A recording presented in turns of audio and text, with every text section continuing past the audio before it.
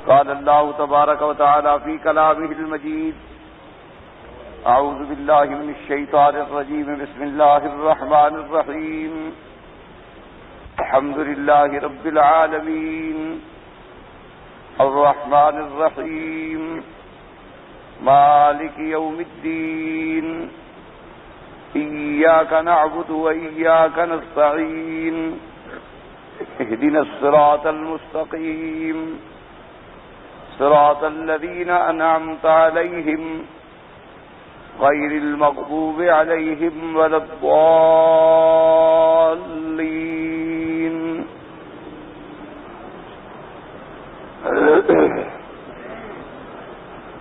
جیسا کہ میں نے کل عرض کیا تھا، سورۃ الفاتحہ ایک ایسی عظیم الشان سورت ہے جس کے بارے میں حضور پاک صلی اللہ علیہ وعلا آلہ واصحابہ وسلم نے ارشاد فرمایا کہ یہ سورت مبارک نہ تورات میں اتری، نہ انجیل میں اتری، نہ زبور میں اتری، نہ تمام کتب سابقہ جو تقریباً 450 کتابیں ہیں جو اللہ نے حضور کے قرآن سے پہلے اتاری. یہ تو زیادہ معروف ہیں، تورات، انجیل، زبور، صحائف، یہ تو معروف کتابیں ہیں، ورنہ 450 کتاب ہے جو نازل ہوئی.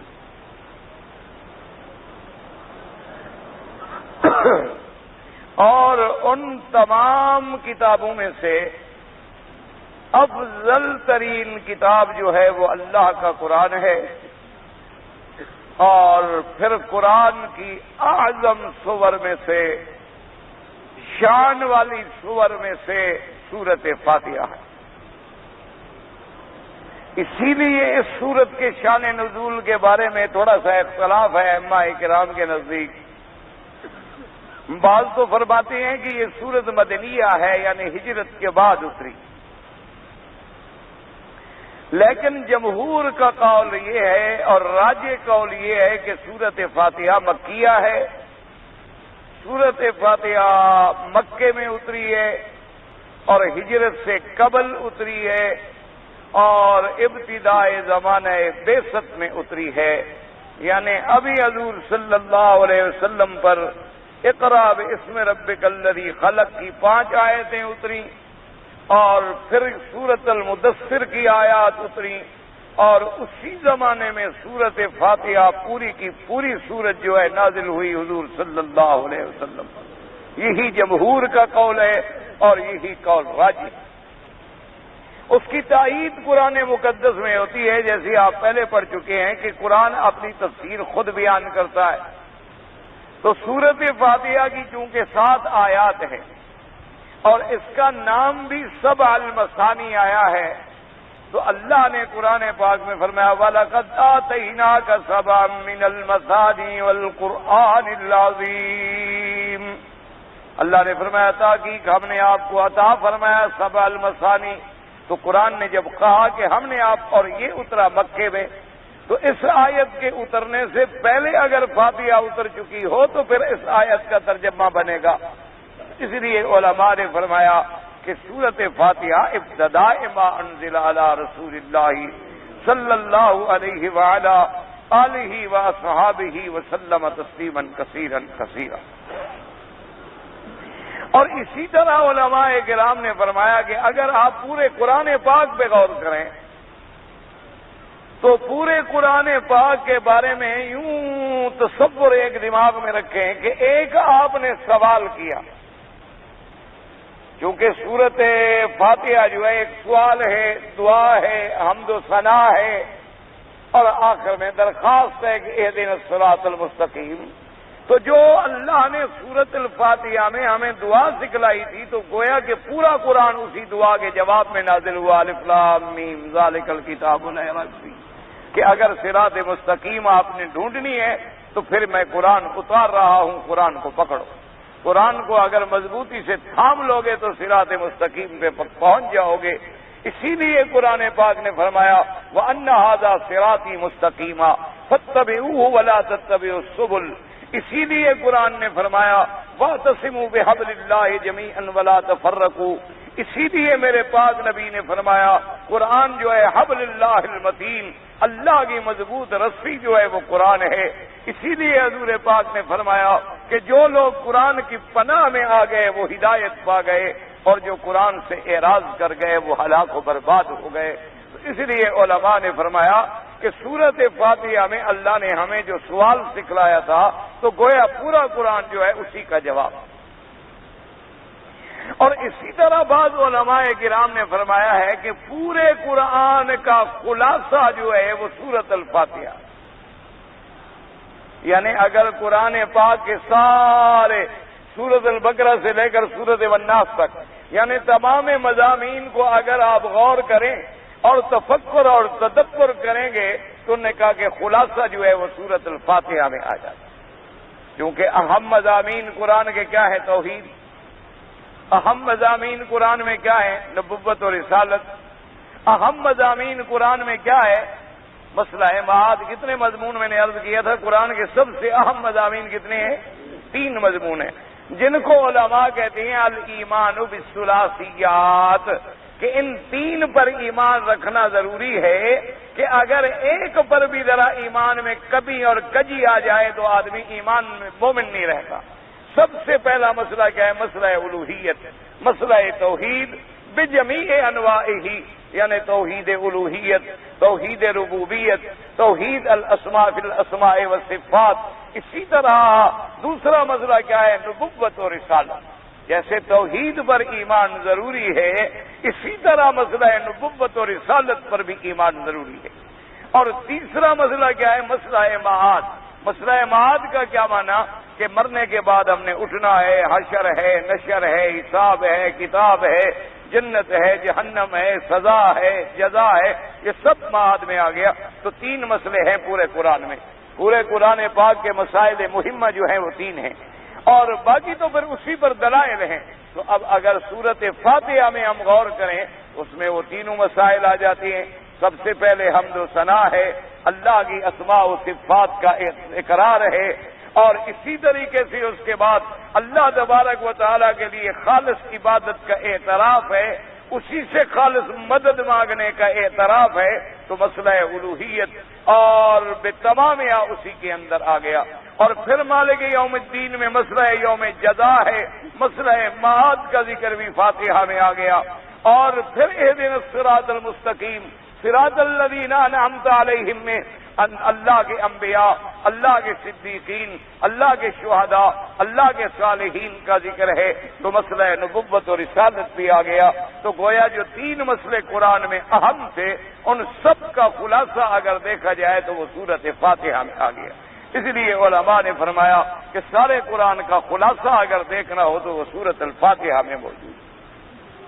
اور اسی طرح بعض علماء رحمہم اللہ تعالی علیہم اجمعین ذرا اور آگے بڑھے، انہوں نے کہا کہ اگر سارے قرآن کا خلاصہ دیکھو تو فاتحہ میں ہے، اور فاتحہ کا خلاصہ دیکھو تو پھر بسم اللہ الرحمن الرحیم میں ہے، کیونکہ اس میں کیا ہے کہ ہم مدد پکڑتے ہیں تیرے نام کے ساتھ، شروع کرتے ہیں تیرے نام کے ساتھ، استعانت پکڑتے ہیں تیرے نام کے ساتھ، برکت پکڑتے ہیں تیرے نام کے ساتھ۔ تو صرف اسی کا نام ہمیں سکھلایا جا رہا ہے جس نے قرآن نازل کیا، جس نے انبیاء بھیجے، اور جس پر ہی ایمان مدار نجات ہے۔ تو اصل مسئلہ تو اللہ کی ذات اور اس کی استعانت اور اعانت اور مدد ہے۔ تو گویا کہ پھر فاتحہ کا خلاصہ بسم اللہ الرحمن الرحیم میں آ گیا۔ اور اس سے بھی بعض علماء پھر کچھ اور آگے بڑھے، انہوں نے کہا کہ اگر آپ دیکھیں تو خدا کی قدرت ہے کہ بسم اللہ کا پھر خلاصہ آپ دیکھیں تو ایک نقطے میں آ گیا ہے۔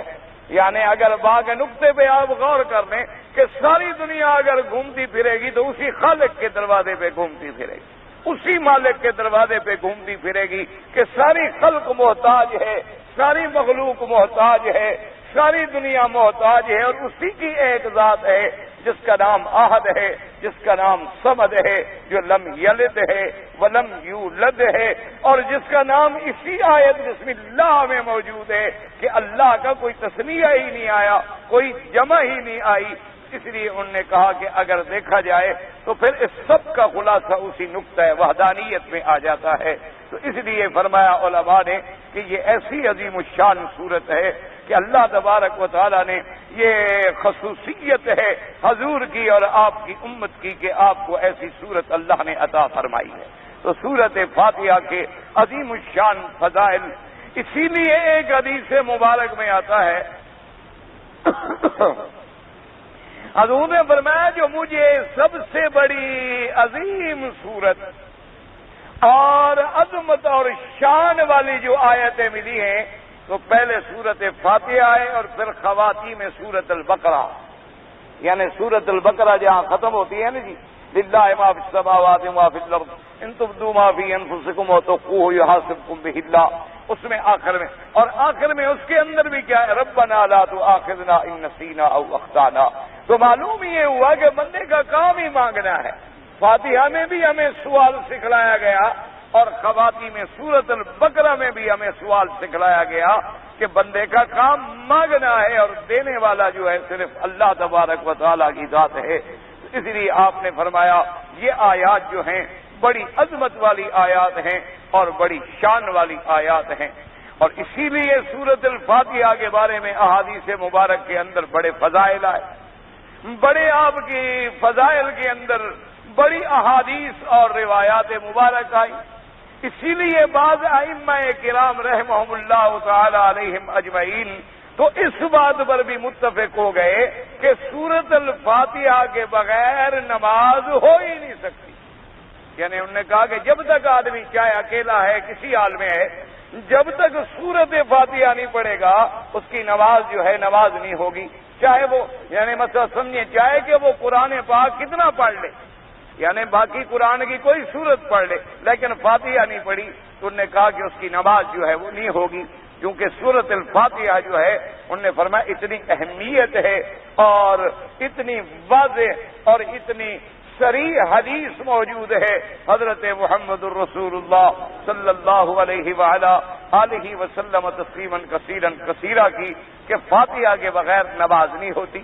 اس لیے بعض ائمہ کرام رحمت اللہ علیہم اجمعین جو ہیں وہ اس طرف تشریف لے گئے کہ فاتحہ کے بغیر جو ہے وہ نماز نہیں ہوتی، لیکن بعض ائمہ کرام یہ فرماتی ہیں کہ اگر قرآن پاک پڑھ لے، اگر قرآن پاک پڑھ لے، فاتحہ نہیں پڑھی مثلا لیکن کہیں سے قرآن پڑھ لیا تو نماز تو ہو جائے گی، لیکن ایسے کرنا نہیں چاہیے۔ اس لیے انہوں نے کہا قرآن میں خود موجود ہے فَقْرَؤُوا مَا تَيَسَّرَ مِنَ الْقُرْآنِ، کہ قرآن فرماتا ہے کہ نماز میں جو کچھ تمہیں قرآن سے آتا ہے پڑھ لو، تو اگر ہم نے کچھ پڑھ لیا تو وہ ہمارے قائم مقام ہو جائے گا۔ ہاں یہ مسئلہ الگ ہے فاتحہ کا، یہ مطلق بات سی یاد رکھو، یہ بات سی مطلقاً، یہ علیحدہ مسئلہ ہے کہ بھی فاتحہ امام کے پیچھے ہمیں پڑھنی چاہیے یا نہیں پڑھنی چاہیے، یہ علیحدہ مسئلہ ہے، اس مسئلے کا اس مسئلے سے کوئی تعلق نہیں۔ وہ تو یہ تھا کہ قرآن کے بغیر، اگر فاتحہ کے بغیر ہم قرآن کہیں سے پڑھ لیں تو کیا نماز ہو جائے گی؟ تو بعض ائمہ فرماتے ہیں ہو جائے گی، اور بعض ائمہ فرماتے ہیں نہ بالکل نہیں ہوگی جب تک کہ فاتحہ نہ پڑھے۔ اب یہ دوسرا مسئلہ ہے کہ بھی امام کے پیچھے فاتحہ پڑھی جائے یا نہ پڑھی جائے، علیحدہ مسئلہ ہے، اس مسئلے کو سمجھیں۔ اس مسئلے کے بارے میں امام شافعی رحمت اللہ علیہ تو یہ فرماتے ہیں کہ بھائی فاتحہ کے بغیر نماز نہیں ہوتی۔ حدیث مبارک ہے کہ لا صلاۃ الا بفاتحۃ الکتاب، تو چاہے مقتدی ہے، امام ہے، اکیلا ہے، جماعت ہے، جہری ہے، سری ہے، کوئی نماز ہے، سب کو فاتحہ پڑھنی ہوگی۔ اس لیے امام شافعی رحمت اللہ علیہ کا مسلک جو ہے وہ یہ، وہ اسی آیت وہ اسی حدیث مبارک کو سامنے رکھتے ہیں کہ جب حضور نے فرما دیا کہ لا صلاۃ الا بفاتحۃ الکتاب، کہ فاتحہ کے بغیر نماز نہیں ہوتی، تو نے کہا بس نماز کوئی ہو، اس میں کوئی قید نہیں ہے کہ کون سی نماز، فجر کی نماز، ظہر کی نماز، عصر کی نماز، مغرب کی نماز، عشاء کی نماز، جماعت والی نماز یا اکیلے والی نماز۔ عام لفظ ہے کہ لا صلاۃ الا بفاتحۃ الکتاب، امام شافعی رحمۃ اللہ علیہ کا استدلال مبارک جو ہے وہ یہ ہے۔ امام احمد ابن حنبل رحمۃ اللہ علیہ وہ فرماتے ہیں کہ نہیں، اگر تو نماز ہے جہری، یعنی فجر کی نماز ہے اور مغرب کی نماز ہے اور عشاء کی نماز ہے، یعنی جس میں امام جہر سے زور سے فاتحہ بھی پڑھتا ہے اور سورت بھی پڑھتا ہے، وہ فرماتے ہیں اس میں تو مقتدی نہ پڑھے، کیونکہ امام پڑھ رہا ہے اور مقتدی کی ذمہ داری ہے کہ سنتا رہے۔ مقتدی کے ذمہ سننا ہے، مقتدی کے ذمہ پڑھنا نہیں۔ وہ فرماتے ہیں البتہ ظہر ہے یا عصر ہے، یعنی سری نمازیں ہیں جس میں مقتدی امام کی قرات سن نہیں سکتا ہے، وہ فرماتے ہیں اس کے اندر مقتدی بھی پڑھے۔ یا وہ فرماتی ہیں کہ یوں سمجھو کہ اگر فجر میں اور مغرب میں اور عشاء میں امام سے مقتدی اتنی دور ہے کہ مقتدی کی قرات، امام کی قرات مقتدی نہیں سن رہا، یعنی امام جو پڑھ رہا ہے وہ مقتدی نہیں سن رہا، مقتدی دور ہے، تو فرماتے ہیں اگر نہ سن رہا ہو تو پھر وہ پڑھ سکتا ہے فاتحہ، لیکن اگر امام کی آواز پہنچ رہی ہے اور امام کا پڑھنا سن رہا ہے تو اب اس کے لیے لازم ہے کہ وہ خاموش کھڑا رہے اور امام کے پیچھے فاتحہ نہ پڑھے۔ امام احمد بن حنبل رحمۃ اللہ علیہ کا قول مبارک اور آپ کی تحقیق مبارک جو ہے وہ یہ ہے۔ امام ابو حنیفہ رحمۃ اللہ علیہ فرماتے ہیں، وہ فرماتے ہیں کہ نہیں، اگر امام ہے تو فاتحہ تو پڑھے گا، اگر منفرد ہے یعنی اکیلے نماز پڑھا ہے پھر بھی فاتحہ پڑھے گا۔ اب مسئلہ صرف جھگڑا ہے مقتدی میں، باقی کسی نماز میں تو جھگڑا ہے ہی نہیں، سب کے نزدیک امام فاتحہ پڑھتا ہے، اکیلا آدمی ہو تب بھی فاتحہ پڑھتا ہے۔ اختلاف کی صورت کب ہے کہ جب امام ہے اور مقتدی پیچھے کھڑا ہے، تو اب مقتدی کیا کرے؟ تو امام ابو حنیفہ رحمۃ اللہ علیہ فرماتے ہیں کہ مقتدی کا کام یہ ہے کہ وہ خاموش رہے، امام کا پڑھنا جو ہے وہ مقتدی کے پڑھنے کے قائم مقام ہے۔ اس کی وجہ یہ ہے کہ امام صاحب رحمۃ اللہ علیہ فرماتے ہیں کہ اللہ کے قرآن میں آ گیا فَإِذَا قُرِئَ الْقُرْآنُ فَاسْتَمِعُوا لَهُ وَأَنصِتُوا لَعَلَّكُمْ تُرْحَمُونَ، کہ جب قرآن پڑھا جائے تو تمہارا کام کیا ہے کہ تم سنو بھی اور چپ بھی رہو۔ تمہارے ذمہ دو کام ہیں، ایک ہے استماع سننا اور ایک ہے چپ رہنا۔ اگر تم چپ رہو گے اور سنو گے تو اللہ کی رحمت میں آؤ گے۔ تو اب اللہ کی رحمت مشروط ہے، اور یہ کہنا ہوتا ہے کہ اگر کوئی چیز مشروط ہو تو اذا فات الشرط فات المشروط، جب مشروط چلا جائے گا تو شرط نہیں پوری ہوگی تو مشروط خود بخود نہیں پورا ہوگا۔ مثلا آپ شرط کرتے ہیں کہ اگر تم میرے پاس آئے تو میں تمہارا احترام کروں گا، لیکن جب تم آؤ گے تم نہیں آئے تو میرے ذمہ بھی احترام نہیں ہے۔ تو وہ فرماتی ہیں کہ استماع اور انصات پہلے شرط ہے کہ سنو بھی اور چپ بھی کرو، پھر تم پر اللہ کی رحمت آئے گی۔ تو اللہ کی رحمت میں تم تب شامل ہوگے جب تم سنو بھی اور تم چپ بھی کرو۔ اس لیے اب وہ فرماتی ہے امام صاحب رحمت اللہ علیہ، وہ فرماتی ہے کہ سارے ذخیرہ حدیث کو تلاش کریں، یعنی تمام کتب حدیث، جتنی حدیث کی کتابیں ہیں، سیاستہ ہے، اس کے علاوہ جتنی کتابیں ہیں، وہ فرماتی ہیں کہ ان کا کتاب الصلاۃ کھولو، یعنی ان کے نماز کا باب جو ہے اس کو تلاش کرو۔ ایک مقام ہے فاتحہ کی فضیلت کا، کہ فاتحہ کی فضیلت بڑی آئی ہے، شان بڑی آئی ہے، اور ایک مقام ہے منفرد اکیلے نماز پڑھنے کے بارے میں، اور ایک مقام ہے بحیثیت امام کے نماز پڑھنے کے بارے میں، اور ایک جگہ ہے جہاں حضور نے مقتدی کو نماز سکھلائی ہے، یعنی ایک جگہ ہے جہاں اللہ کے پاک پیغمبر نے مطلق نماز سکھلائی کہ تم نماز کیسے پڑھو، اور ایک جگہ ہے کہ اللہ کے پاک پیغمبر نے نماز سکھلائی ہے کہ جب تم مقتدی بنو امام کے پیچھے تو کیسے پڑھو، امام کا وظیفہ کیا ہے اور مقتدی کا وظیفہ کیا ہے۔ تو مسلم شریف کے اندر حدیث موجود ہے کہ اب حضور نماز سکھلا رہے ہیں۔ اب دیکھو نا جی، لا صلاۃ الا بفاتحۃ الکتاب، کہ نماز فاتحہ کے بغیر نہیں ہوتی، یہ تو کھلی بات ہے، مطلق بات ہے، اس میں کوئی مقتدی کا لفظ نہیں ہے اور نہ کوئی امام کا اس میں لفظ ہے، وہ تو مطلق بات ہے۔ اسی طریقے سے اب جناب حدیث مبارک آئی پہلے تو قرآن آ گیا کہ اگر جا رہے تو تم چپ کر کے سنو بھی اور چپ بھی کرو.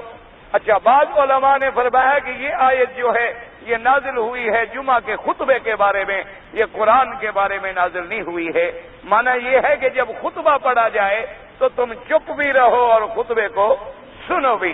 تو لیکن بیہقی رحمت اللہ علیہ نے اور زرقانی رحمت اللہ علیہ نے لکھا ہے کہ یہ آیت جو ہے نازل ہوئی ہے نماز کے بارے میں. اور ویسے بھی یہ سوچو کہ اگر خطبے کے وقت میں بھی چپ رہنا ضروری ہے اور سننا ضروری ہے، کیوں؟ کہ اس میں بھی اللہ کا قرآن اور نبی کی حدیث کا بیان ہوتا ہے. تو جب خطبے کے لیے چپ کرنا اور سننا ضروری ہو تو قرآن کے لیے تو اور زیادہ ضروری ہو گیا. اگر ہم سمجھیں کہ خطبے کے لیے بھی ہمیں چپ رہنا ہے کہ جب امام خطبہ پڑھا رہا ہے ہم چپ رہیں، تو جب امام خود قرآن پڑھ رہا ہو تو پھر ہم کیا کریں؟ تو اس لیے امام صاحب نے فرمایا ایک تو اللہ کے قرآن کی یہ آیت ہے، اور دوسرا ایک حدیث مبارک میں آ گیا کہ من کان لہو امام فقراءۃ الامام لہو قراءۃ، کہ جس آدمی کا امام کما قال، جس آدمی کا امام ہے، امام کا پڑھنا جو ہے وہ مقتدی کا پڑھنا ہے. یہ بھی حدیث مبارک آ گئی. اچھا، اسی طرح حضور نے اب جناب ہمیں نماز سکھلائی. فرمایا اذا کبر فکبروا، جب امام اللہ اکبر کہے تو تم کیا کہو. اب یہاں امام کا وظیفہ بھی بتلا رہے ہیں اور مقتدی کا وظیفہ بھی. حضور اب دونوں کو نماز سکھلا رہے ہیں، امام کو بھی اور مقتدی بھی. اذا کبر، جب امام تکبیر کہے تو تم کیا کہو، بھی اللہ اکبر کہو. اور اس کے بعد فرمایا اس کے بعد اذا رکع، جب رکوع کرے تم کیا کرو، اور جب وہ سجدہ کرے تم کیا کرو، سجدہ کرو. اب امام کے بھی فرائض بتلا رہے ہیں اور وقت. فاذا قرأ فانصتوا، اور جب وہ پڑھے تم کیا کرو. تو اب مقتدی کو کیا سمجھایا؟ مقتدی کو یہ نہیں فرمایا جب وہ پڑھے تم بھی پڑھو.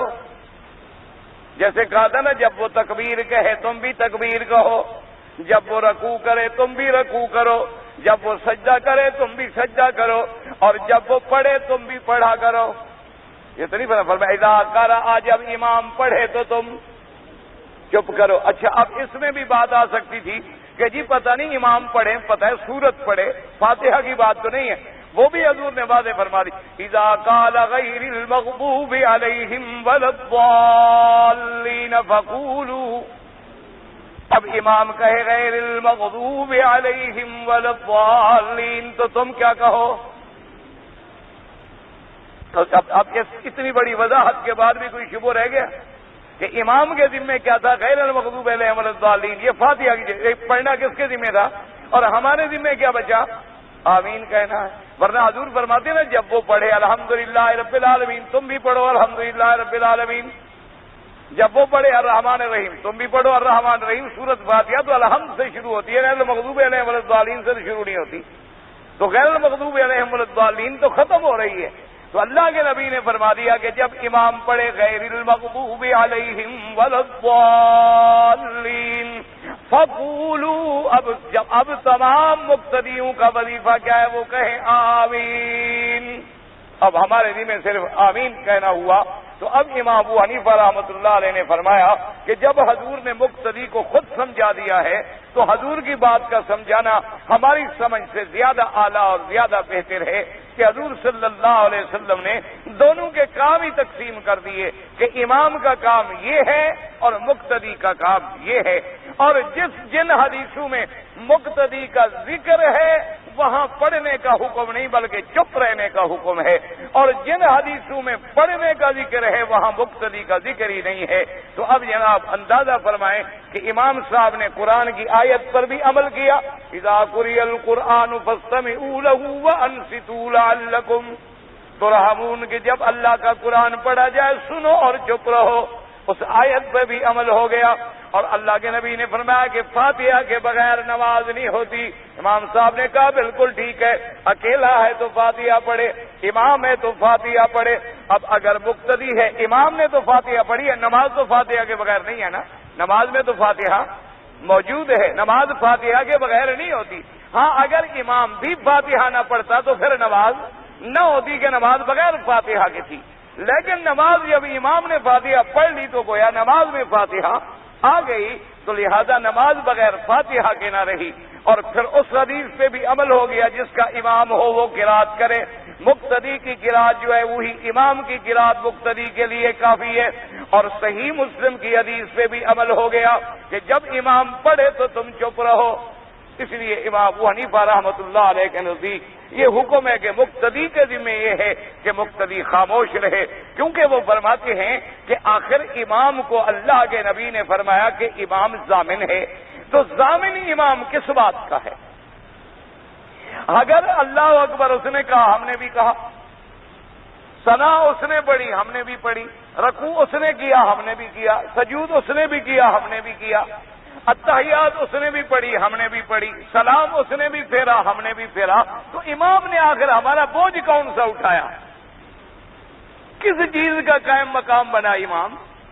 باقی تو سارے کام وہ بھی کر رہا ہے اور سارے کام ہم بھی کر رہے ہیں، تو یہی ایک چیز تو ہے کہ امام جو قرات کر رہا ہے وہ ہمارے بدلے میں قرات بن رہی ہے۔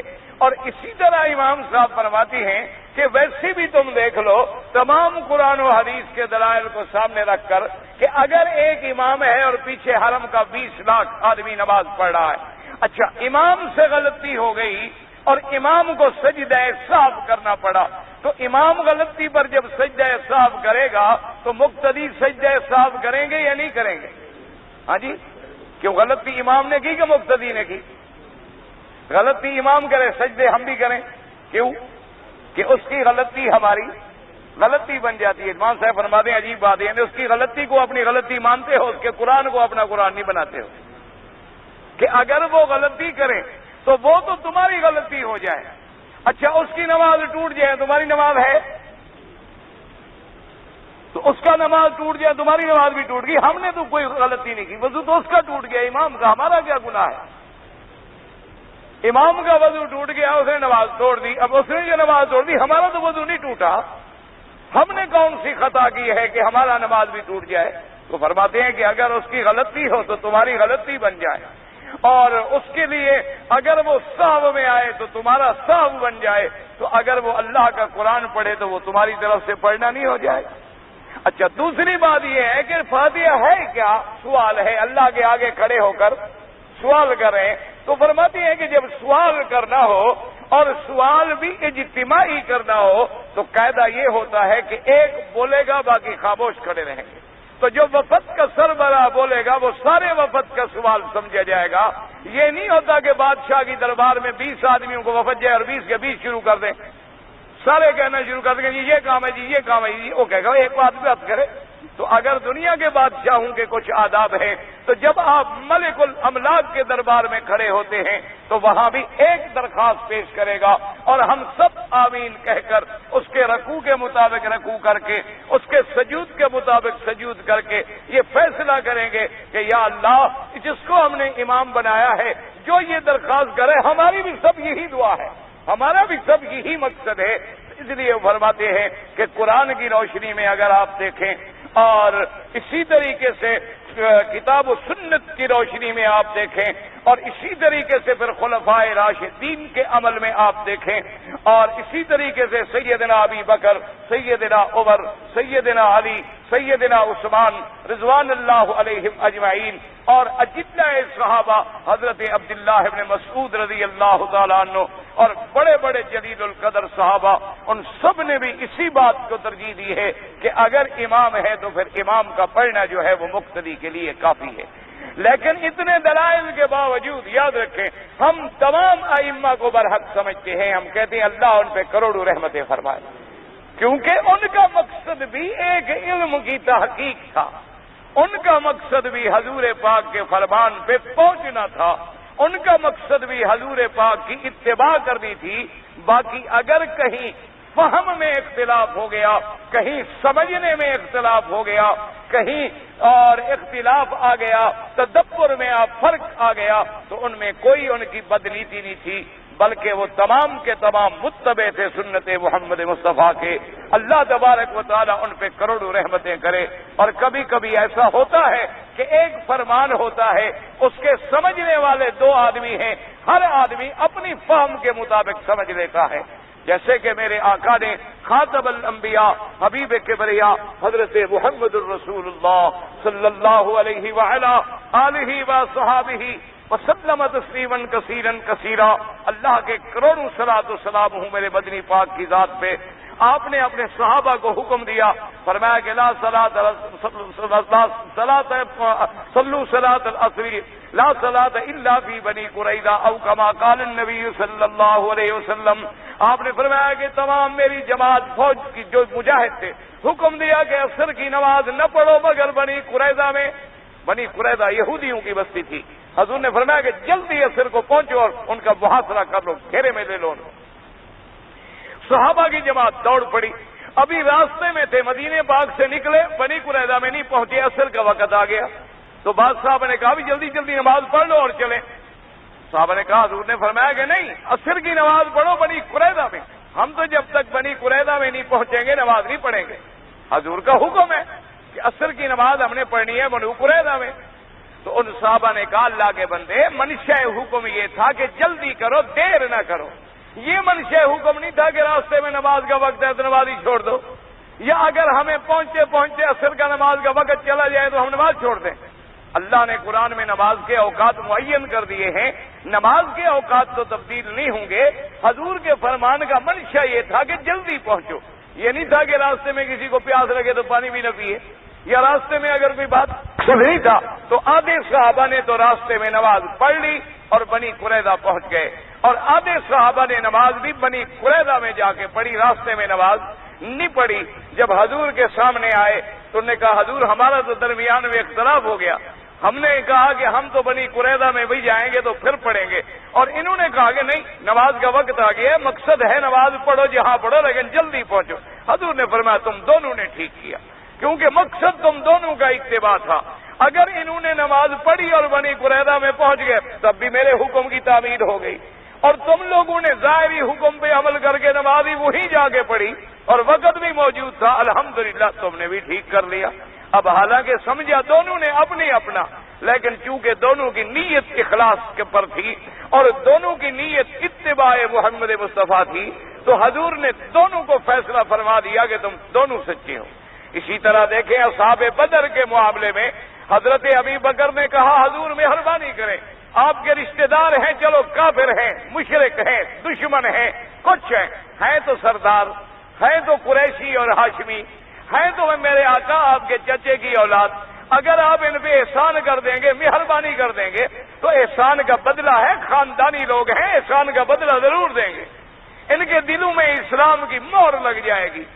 حضرت عمر رضی اللہ تعالیٰ عنہ سے حضور نے پوچھا کہ عمر تمہاری کیا رائے ہے؟ اس نے کہا, حضور میری رائے تو یہی ہے کہ تلوار منگوائیں, حضرت علی کو پکڑائیں کہ اپنے چاچے کے بیٹوں کی گردن پہ رکھے, آپ اپنے چاچے کی بیٹے کی گردن پہ رکھیں اور مجھے حکم دے میں اپنے کی گردن پہ رکھتا ہوں. جب انہوں نے کلمہ نہیں پڑھا کہ رشتہ داری کا کیا مطلب, جب انہوں نے حضور آپ کی نبوت کو ہی نہیں مانا, اللہ کی توحید کو نہیں مانا, کوئی رشتہ داری نہیں ہے, ان کا فیصلہ تلوار سے کریں. حضور آج اللہ نے دشمن باندھ کے ہمیں دیا ہوا ہے, آج ہی اس کی جڑ کاٹ ڈالیں تاکہ درخت ہی اکھڑ جائے, پھل لگنے کی توقع ہی نہ رہے, ورنہ اس میں جب بھی پھل لگے گا کڑوا ہی لگے گا. حضور صلی اللہ علیہ وسلم فرمایا, عمر ماشاءاللہ تم بڑے سخت آدمی ہو.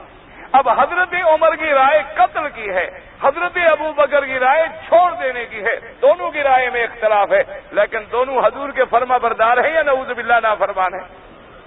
اسی سے اندازہ کیا کریں کہ جی ایک امام یوں کہتا ہے یا ایک امام, یہ ہمارا جہل ہوتا ہے کہ ہم ان ائمہ کے علم کو سمجھ ہی نہیں سکتے. ہم نے 2 کتابیں پڑھ لی اور جناب جیسے وہ مثل مشہور ہے کہ کسی چوہے کو مل گئی تھی ہلدی کی ایک گانٹھ اور وہ حکیم بن کے علاج شروع کر دیا اس نے. تو ہم نے اگر 2 کتابیں پڑھ لی تو ہم مولوی بن کے دوڑ پڑے, تو یہ ہماری کم عقلی ہوگی. اللہ تبارک و تعالیٰ نے جنہیں علم عطا فرمایا, جنہیں مقام امامت عطا فرمایا, جنہیں تفقہ فی الدین عطا فرمایا, اور پھر ان کا زمانہ اقرب زمانہ ہے رسول اللہ کا صلی اللہ علیہ وآلہ